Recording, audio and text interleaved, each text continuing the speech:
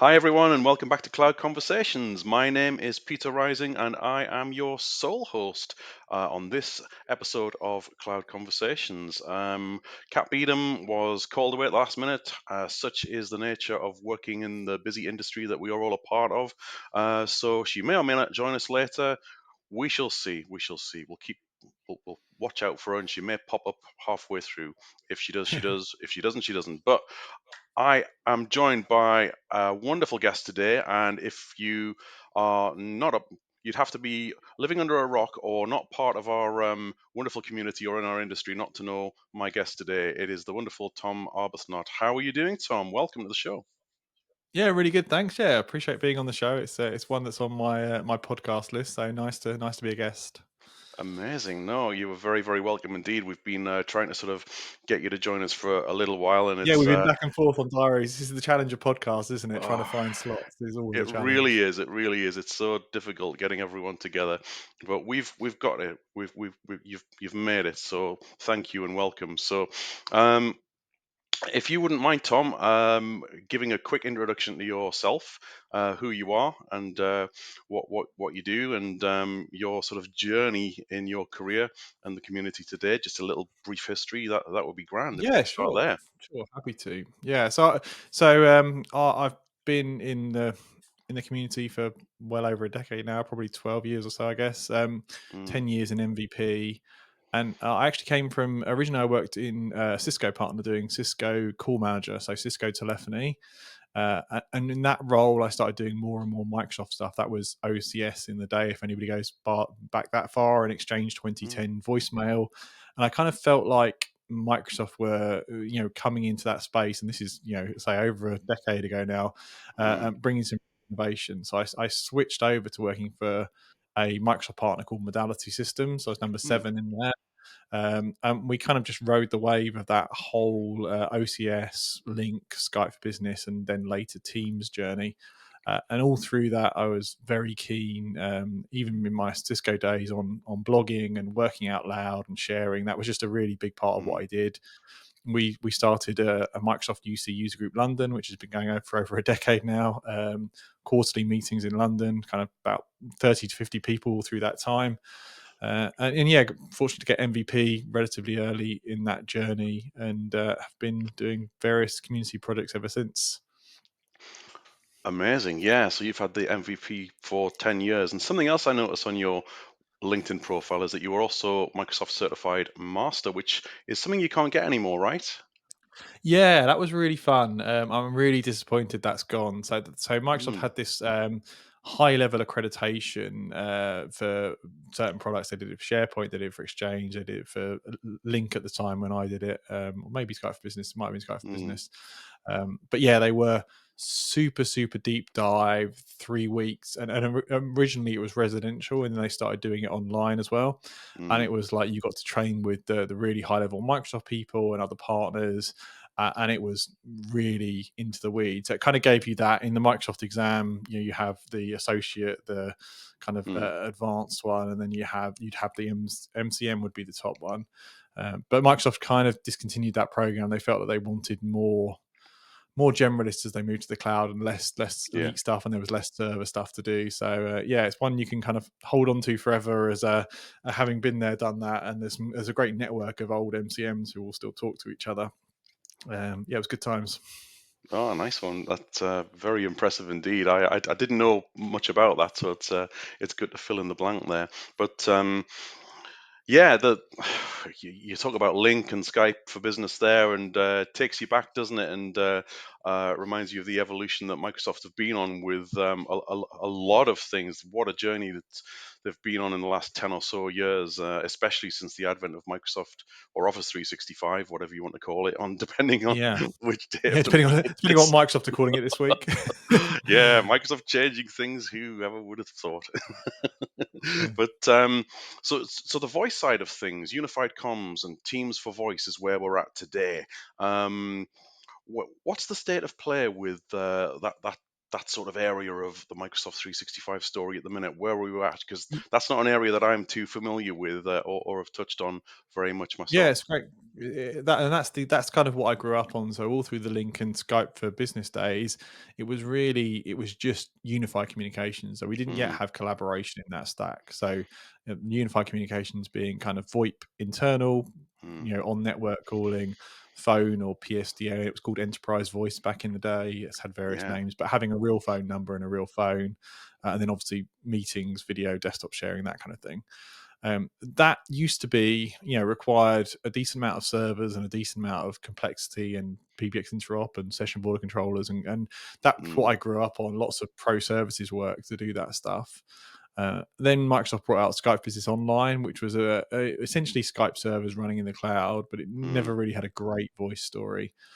Teams has got very mature in cloud voice, so depending on what stats you kind of reckon with, that they're the leader in cloud telephony. So they have publicly 12 million people using Teams for their phone. I think the number's up slightly higher now internally, but they've put 5 million people on in the last 12 months. So it's becoming much, much more mainstream. It's mm, still a fraction of the 280 million active users, monthly active users Microsoft have got now. So they just announced their Q2 numbers and it's gone up by another 10 million. So as a proportion of Teams users, it's still relatively low. There's a lot of growth mm. opportunity. I mostly work with large enterprise, so kind of 10,000 users and up. And most of the orgs I'm working with are on a journey now. They've already got Teams for meetings. Like Teams is pretty dominant enterprise for meetings, and now they're starting to cut their phones over to Teams. Oh, amazing! It's really interesting for me to get these other sides of these other parts of the puzzle, because where I'm camped very much in the well, I started off in Office 365 migrations from Exchange on premises to Exchange Online. Got plenty of war wounds from that. I never want to see another migration as long as I live. Because some horror stories there. I learned what not to do very, very early, which is a good way to learn, I suppose. But Yeah. and then I evolved sort of from that into Teams and SharePoint, certainly not on the voice side of things, and then sort of organically into security, compliance, and identity, which is where I sort of sit today. But Yeah, the there's so worlds have much collided, haven't they? more, Because isn't you it? used to be Yeah. able to kind of be very specialist, and like I used to go nowhere near data. The nearest data conversation we had was instant message history, and do Mm, you keep it or not? And it lived in Exchange, a little mm, bit of touching on Exchange for voicemail, but largely you wouldn't have those conversations much. And SharePoint was a whole different beast. That was mm, the kind of data storage. But Teams, particularly as a workload, has brought all those conversations into one, because obviously all the data is now in SharePoint tightly integrated. You've got OneDrive there for your personal data. As you say, security, compliance, massive conversation. So mm, so I've been skilling up on that side of the house in my Team's journey. The voice stuff is what I know well, the UC stuff, but certainly there's a lot to the whole story, and that's the blessing and the curse of Microsoft 365, isn't it? Like everything's there, but you need to mm. understand it all. Oh, definitely. There's so much to learn, and it's ever changing. It's like constantly painting the fourth rail bridge up in Scotland. You get to the end of it, and then you got to start all over again. There's always Yeah, something yeah, yeah, new yeah, and new to learn. partners and customers are still adapting to that, and it's a long journey for them to get Mm, away from. I learn a thing, and certainly even partners whose job it is to keep up to date. We're still often used to, like, I get really good on a server, and I get 3 years where it basically doesn't change, and I know mm, it. Now it's you have to be on top of your learning and your understanding. Every day something changes in the cloud, which is I mm. find really fun and really exciting, but it's a lot to keep on top of. Oh, it is definitely. And do you find that where Microsoft want people to be, the story they want to tell, and the sales players that they have at any given time, would you say it's a fair reflection? Certainly, I find this is in my little corner of it, that the customers are maybe he's not mature enough for that in general yet. That maybe he's a year behind where Microsoft want them to Yeah, be. Microsoft are always forward leaning, like both by design and kind of by accident. Mm, They always think the market is a little bit ahead of where the market actually is, and a lot of time they're pushing things forward. But yeah, I mean, you just look at enterprises and how they're architected from a people point of view. it's often different teams for mm, unified communications, for collaboration, for security and compliance, not well aligned. And then something like Teams comes along, it's like, oh well, we all need to talk and align. mm, So that can get interesting. Rooms are getting in teams, often a different department, different group of people. So mm, yeah, I think the world is coming there, and the pandemic accelerated everything rapidly. It kind of validated the need and the scale of the cloud, and that has helped. yeah. And certainly on the, it'd be interesting to get your point of view on the infosec point of view, kind of security compliance, but that Mm, feels like it's catching up now with like, well, cloud is a reality, we can't say no to mm. it anymore, so we've got to learn how to manage it. Oh, definitely. That is spot on because the conversations that I'm having with customers now, they're coming to us asking to have these conversations, whereas 2 or 3 years ago, pre-pandemic, um, we were having to do a lot of work to get that conversation. But now people Yeah, are wanting to talk about. I mean, the device management side of things, the security side, if you like, has been there longer. It's the compliance and the privacy that has been the harder conversations to have. As much as anything, it's getting, as you said, getting in front of the right people in the organizations, yeah. because nine times a lot of the time the people who need to be sat down and forced to think about it don't have the time, or perceive that they don't have the time, or that it's not important enough in their day-to-day routine, and to consider it. It's very challenging. Yeah, and a lot of the time you're starting from a point like the Teams team are running ahead with a Teams project, and the Mm, compliance team need to sign it off, but they don't understand the fundamentals of it. So sometimes you have to take a couple mm, of steps backwards and talk about what it is and where it fits in the overall strategy. And mm, you can't just jump into one meeting and get sign off because they haven't got context of what the overall mm. project is. So certainly in enterprise consulting, a lot of your time is spent wrangling and helping get teams together and get everybody on message. Yeah, and for me, cybersecurity should underpin everything. I think of it. I use an analogy from a Office 365 standpoint, and that SharePoint is really what underpins a lot of the nice shiny things. It's at the back end of Teams and Yeah. OneDrive, and it ties into Dynamics. It's got its hooks into everything. And cybersecurity, on a broader perspective, should be like that. It should be involved in pretty much all the conversations that you're having. Absolutely, yeah, absolutely, yeah. It should be, yeah, front and center of a lot of them, really. Definitely. So, what's interesting to me is in our little community that we have, our wonderful community, when I think of unified comms and Teams voice, I can maybe think of about 10 or so people like your good self who are sort of big established names in that area. Um, uh, do you think that's reflective of where the maturity of the product? Do you think Y- we'll see more people getting y- into that? Yeah, it definitely is. Actually, you make a good point. So it used to be a much stronger voice and UC community when it was Mm, server based, and it was super complicated, and that drew in a lot of people. So if you go mm. back 5 or 6 years, I'd say there were a lot more names. Mm, A bunch of them have gone to Microsoft. A bunch of them got into mm, security, to infosec, to cloud. As voice got simpler, quote unquote, and cloudified, there's a whole bunch of people that it's less exciting for because it's not mm, wrangling really complex technology anymore. A lot of it is projects. So, and a bunch of people didn't want to get into the collab end of Teams. They just like voice, and those people are still about for sure. yeah. But if you just like voice, your job these days is about migration and about Mm, getting people to a cloud scale service. So mm, it's less exciting than for those people than it was, say, like a decade ago. So one of my early projects on Lync 2010 was getting a fire station to work and have IP phones and have the bells ringing off of SBCs, audio codes SBCs, and like the mm, technology there, it was very cutting edge, and you were working stuff out, you were innovating. A lot of that has been commoditized by cloud, so I think it's a different set of people now, and the conversation on Teams is way wider than just voice as well. Rooms are a very important part of the conversation. Collab is a mm. very important part of the conversation. So I don't think there's a lot of people fresh into the community who are super excited about just voice. I think there'll be wider Teams people. It's interesting. And as it moves forward, do you foresee it touching on some of the buzz things like AI and IoT, that sort of thing? Will that? link A into the whole hundred thing? percent AI. Yeah, I mean, there's already Mm, a lot of AI in Teams. It's just AI is blown up at the moment because of ChatGPT. But there's AI doing lots of codec optimization, things like those auto replies. There's a bunch there, but there's more that will come to the surface for sure.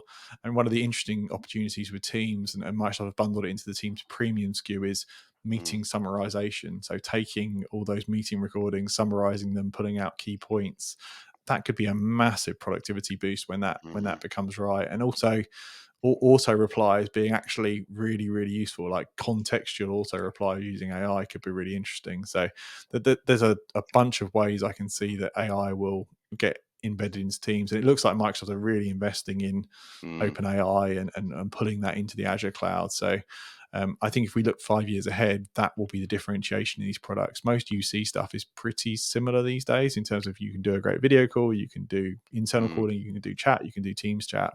But I think the AI will start to separate away some of the big players from the other players. Yeah, I definitely agree with that. I think for anyone wanting to get into our industry right now, anyone coming out of school or college or university, they're looking for a career in tech, start looking at AI. It is, Yeah, it's like what's his name from Avengers? It's inevitable.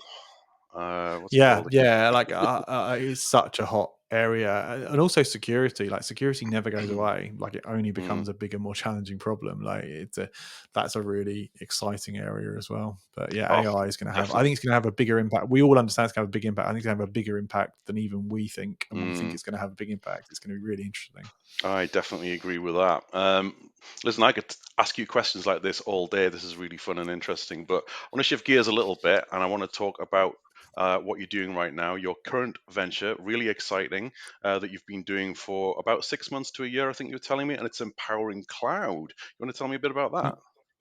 Yeah, sure. Yeah, I'm really excited about it. So so I spent 11 years at that partner modality, mostly working with enterprise customers. So it was very big Mm, seat count, like expensive day rate type consulting. mm, And I just found more and more of those customers, because Teams was going as UCaaS, software as a service.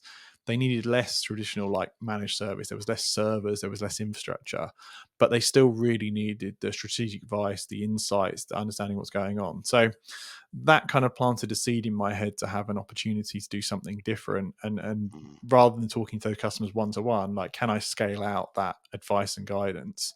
mm, And in parallel to that, obviously I've done the community thing for quite a long time, the blog, the user groups, etc. I wanted to do something that would help build a sustainable way to create community content, essentially. mm, Because the problem with community projects, and we talked about it a little bit before the pod, is they're everybody's free time, and you get, mm. you get some time, you do some stuff. And like my blog was mostly Sunday night with a glass of wine every week, was like a couple of hours blogging. But you can only sustain that for so long. So I wanted to Yeah. build something that had community at the core and could share a Mm, bunch of information, but was also sustainable. So I span out of modality a year ago, almost exactly, and we spent a bit of time working out what the model would be. I did some contracts and different bits and pieces, but where we've landed with Empowering Cloud is we have three pillars.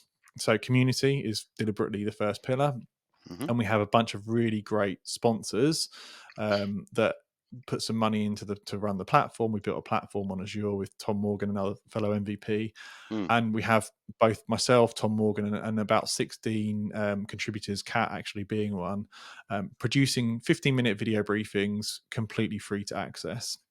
So we have over 2,000 people now who have joined and are coming back and rewatching the briefings, and we have monthly updates, and we dig into the weeds on teams and the ecosystem, and we're starting to expand into Viva and security, things that touch teams. So mm, that was the core idea, was to have six big sponsors and a whole bunch of smaller sponsors. That pays for the platform, that pays for a community manager, Lindsay, who's full-time focused on that community. So that's number one and the most important pillar. Then we have enablement. So we have paid programs where I work with specific partners or enterprises. And it's mm, a combination of, they get some extra time with me, but also we do learning paths for them. So their pre-sales team, what do they need to know about teams? Their sales team, what do they need to know? And on the customer side, enterprise, it's like operations team, support team, service owner. So pulling on some of that content, giving them some extra content, but the idea being that 95% of the content is always free to access, and that's those people that need the extra help, the learning path, the Mm. quizzes, the certificates, that kind of thing. And then the final pillar is research. So we have a great person starting in March, who I know well from previous life, whose full-time role is going to be talking with those enterprises, talking with the community, talking with Microsoft, and pulling together more deep depth research. So things like, how would you make your contact center decision on Teams? How would you make a recording platform decision? And we're not trying to be kind of Gartner and say this one's great and this one's not so great. We're Mm. trying to educate the market and the customers into, if you're choosing Microsoft Teams rooms, these are the things to consider. If you're choosing a recording platform, these are the things to consider. Because nobody's really doing that level of Mm. research. The partners obviously have a preferred vendor and they would suggest that. Microsoft will say our ecosystem are lovely, we love them all, they're all equal, we don't give advice on who to choose. So I feel like there's a real opportunity for us, and kind of luckily the reach I have with friends at vendors, friends at Microsoft, friends in enterprise, to get a really honest view of what's going on. So that research pillar starts in March, but yeah, Mm. really pleased with where we are so far. We launched in July last year, so we've been going about 6 months. I say over 2,000 people on the platform. Full credit to Tom Morgan for scaling an LMS with quizzes and learning paths and everything else inside 6 months pre-launch. And it's all, say, Azure based, so we're on the Microsoft Startup program, so we get a lot of funding from them as well, which is really good. Oh, amazing. Yeah, kudos to Tom Morgan for sure. That is a hell of an achievement in that timescale, to be sure. And I absolutely love what you're doing. It's a really innovative approach. Not something that I've heard of being done before, and I think it has heaps of potential. So kudos to you all for what you're doing. I think it's wonderful. Thanks. Yeah, we're really excited. I think we've hit on a model now, and sustainability is really the key for me. Is I Yeah. couldn't keep delivering the amount I want to deliver in terms of the updates and the research part Mm. time. Like, it's really hard. So making it a model where we can sustain it through sponsorship and those enablement programs, but still give tons and tons of value away, and work with lots of people in the Mm. community. Because I didn't want it to be the Tom show. I wanted it to be like bring in the SMEs from all over the world who have done this stuff for real. Teams is too big for Mm. any one person to know everything. We need the community to kind of pull the real story together, and that's proving out to work really well, because I can go find the best person to talk about sensitivity labels, or the best person to talk about Mm. how Viva Learning actually works, or how how VDI works in Teams. These are specialist subjects, and we're trying to push it into 15 minutes, so they're really bite size, and you can pull that information out without having to sit a 4-hour course, which is the traditional learning way. Yeah, definitely. You mentioned community quite a lot, and I've noticed in the last sort of 2 or 3 roles that I've had that the organizations that I've been a part of are starting to have a much bigger awareness of the importance of community, and they're much more present at community events that in person in the UK, where we are both based, like Mm. South Coast Summit and Comsverse and Scottish Summit and all the big ones. Sorry if I've missed an obvious one.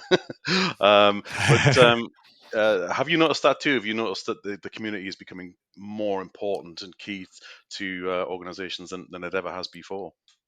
Yeah, I think people are definitely recognizing that. I think also, like, decision makers are harder to get to. So it used to be, you would go to shows, quote unquote, big events, and you would talk to decision makers. I don't think decision makers are so in that sphere anymore of going to those shows. Mm. So reaching people is more about building a relationship now. It's not about just Mm. marketing. And I think people are way more savvy than they used to be. So like, people, you see a lot of companies run into the community for a bit, spend a load of marketing money, and then go away again, and people can suss that out a Mm. million miles away. So I think companies that are smart are getting wise to the value of, like, sustainably being Mm. involved, and that's where I've been really lucky with the sponsors. I mean, the sponsors that have come forward for us, I've known a lot of them for many years. Mm. All I did really was show them a PowerPoint and say, this is what we plan to do. But fortunately, they get the value of supporting the community, and I'm doing a couple of webinars and bits and pieces for them. So there's a give get there. But more than anything, that they're just happy for the chance to have some eyeballs, support the conversations, raise awareness in the market of all the kind of opportunities and challenges. And I do think smart companies are finding that balance, rather than spending just loads and loads of money on really big tier one events, for example. Like, why not pump Mm. some of that money into sustainable, scalable community work and build the relationships? I completely agree. Yeah, and in the sort of roles that you and I have, and many people we know have, it's really quite challenging, as you've already said, to maintain that balance between doing your day-to-day job and finding time to do all the blogs and the podcasts and the demos It and the. really is. It's more than a it's more than a full-time job sometimes. And that was a big Mm, motivation for me building my own company, was mm, I did that stuff on the side before. And our Modality were really good. They were one of those companies that super recognized the impact of community. So I had a lot of flexibility in my role there, but it mm, was still all extra time. And for example, Lindsay, who's amazing, she's our community manager. Like, her full-time job is corralling content out of fellow MVPs and just making sure it all goes and make sure the community are looked after. And that takes time and money. You can't do all that stuff on the side. So hence the first pillar being community. And I'm hopeful we'll prove that being community first is a sustainable, scalable model. mm. Yeah, I definitely think it will be without a doubt. But sort of talking a bit about activities in the community and your sort of social reach, because you've been around in the community, as you say, for a good long time now, 10 or so years. Yeah. This was a question that Kat specifically wanted me to ask you, actually, when she was planning to join us. But she wanted to know, do you have a secret for what your reach is? Because you've got a strong following, and is there a secret sauce to that? Personally, I would say that it's probably just that your content is fantastic and your reputation is what it is. But is it more than that, or is it a mixture of things? Yeah. There's no secret bullet, unfortunately, that I can say, like, do this and your numbers will grow, other than delivering consistent value. Like, Mm, again, I was lucky with Modality. They were super willing to have me give any bit of information away. So, like, mm, I would do projects where we got paid really good money, and I would blog exactly how we did it, and they're like, cool, because the people that want to pay will come and work with the partner, and the people that won't. mm, So it's just really a decade of showing up and delivering value, and delivering value. The classic community stuff, like, you don't, something will come back in return. You don't need to overtly do the give get. You just give and give and give, and things come mm, back. So yeah, I'm really lucky. I was big into LinkedIn fairly early, so mm. LinkedIn's my dominant platform. Yeah. Just coming up to 35,000 people on there, which is just a ridiculous number. Wowza. And I think more speaks to the market being interested in teams apart from anything else. But yeah, like LinkedIn last year, I just did the numbers, was 3 million views. Like, it's just crazy there. But it's all, there's a really strong community of subject matter experts there, and we often have debates in the comments. And I have loads of people who drop me tips in, direct messages and team messages. This is happening, that's changing, Mm. this vendor's doing that. So I'm lucky to have a good network of what's going on, which just gives me a constant feed of interesting content to talk about.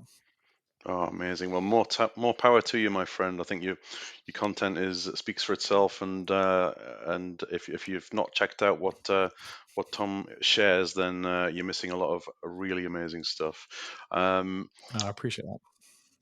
so let's pivot a little bit. What does a Tom Arbuthnot do in his spare time, if there is such a thing? What do you I like was to going to do say to, that's a misnomer, right? to Yeah. switch off So from all this? yeah, it's interesting.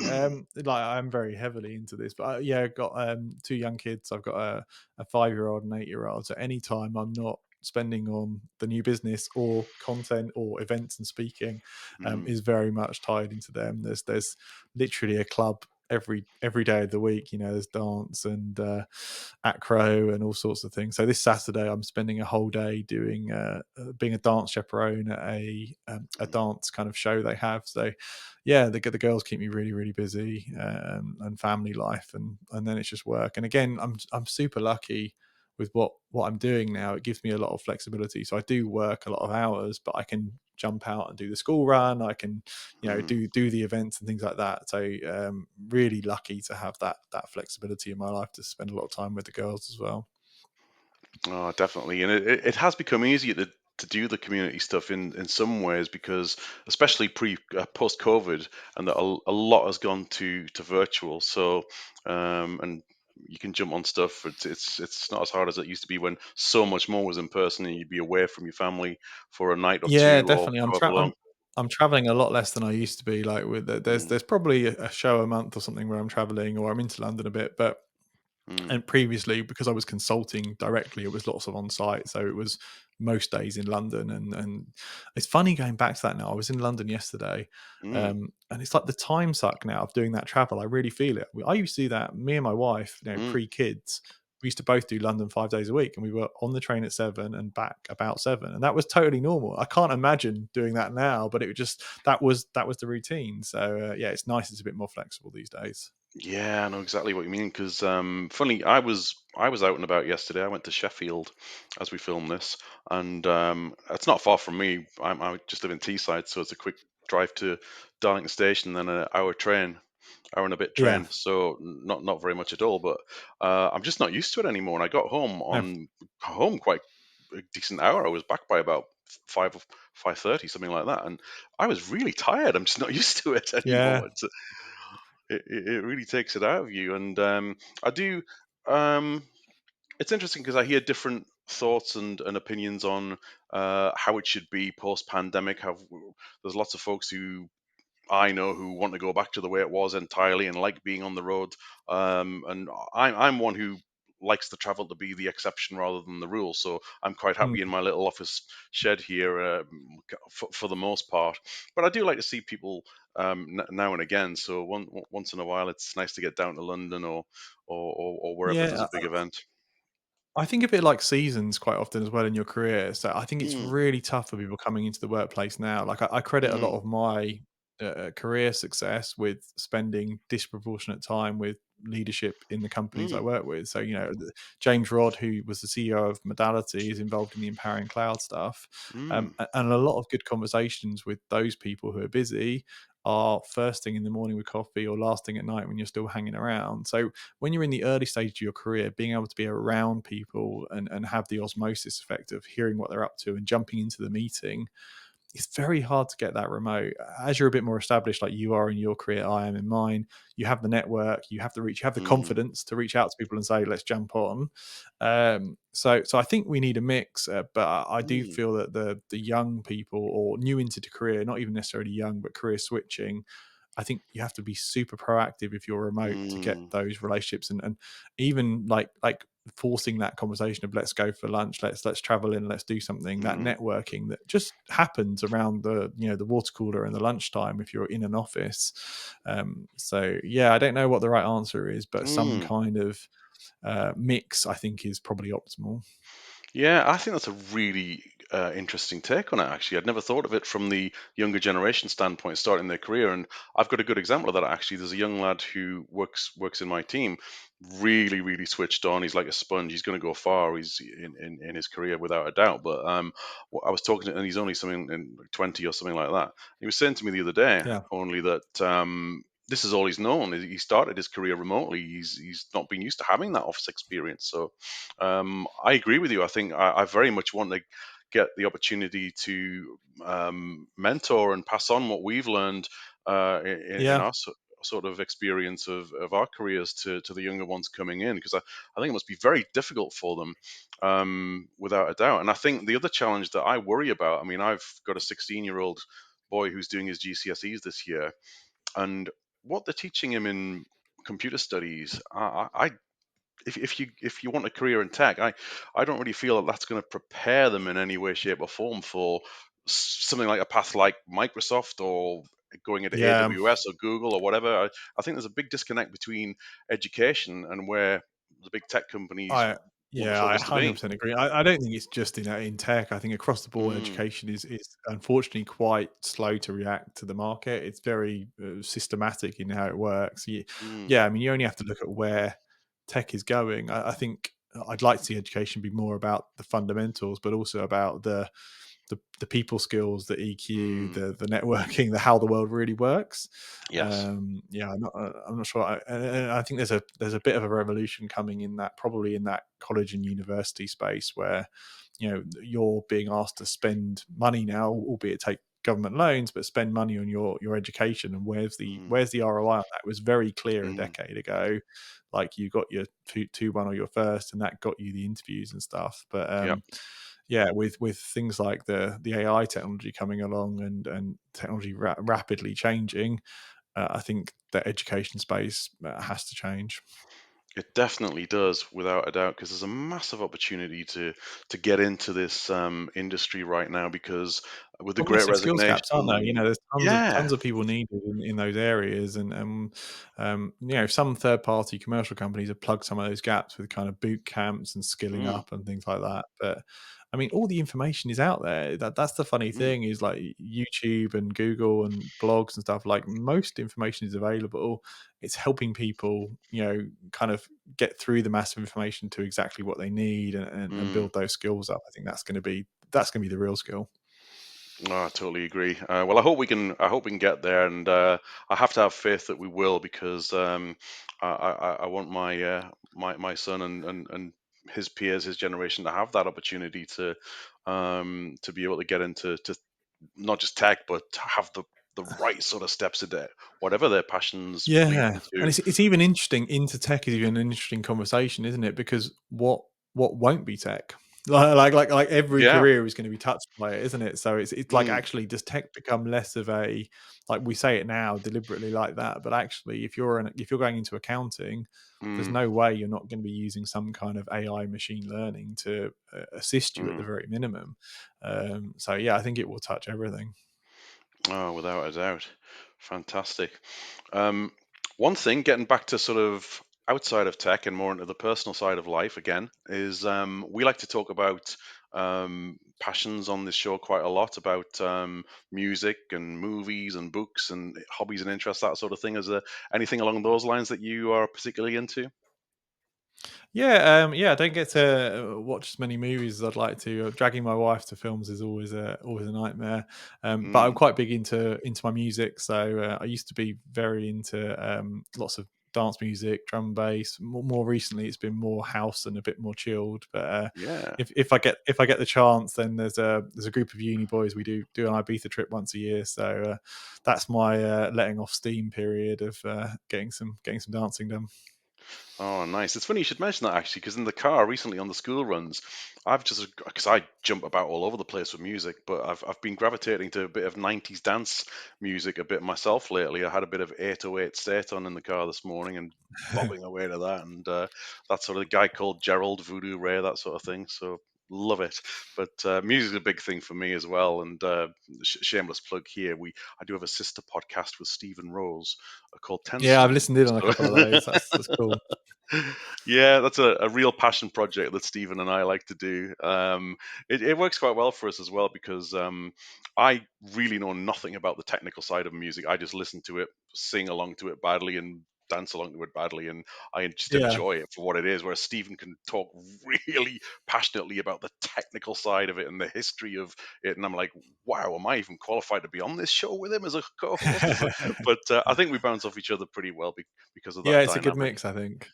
Yeah. Yeah, I like what and Steven's putting out a lot of good content on the team side as well, obviously. So he's a good oh person to yeah, follow. he certainly is. Yeah, because he does the official Microsoft Inside Teams podcast, doesn't he? Which he keeps threatening to have me on at some point, but we've not got to that yet. But time and all Yeah, that again. exactly. Yeah, it's all about scheduling. Fantastic. Well, Tom, I think I appreciate you giving me your valuable time today. It's been an absolute pleasure getting to talk to you in depth like this. Before we wind things up, would you like to share anything final with our viewers and listeners, and let them know how they can reach you if they want to reach out? Yeah, sure. Yeah, no, it's been great to be on the show. I appreciate it. We'll definitely do it again at some point. But yeah, as far as if people are interested in Microsoft Teams and what's going on in that space, if you head over to Empowering.Cloud, you can sign in with email or your LinkedIn login, and then you can get access to the monthly updates and all the video content from the community. So I strongly recommend that.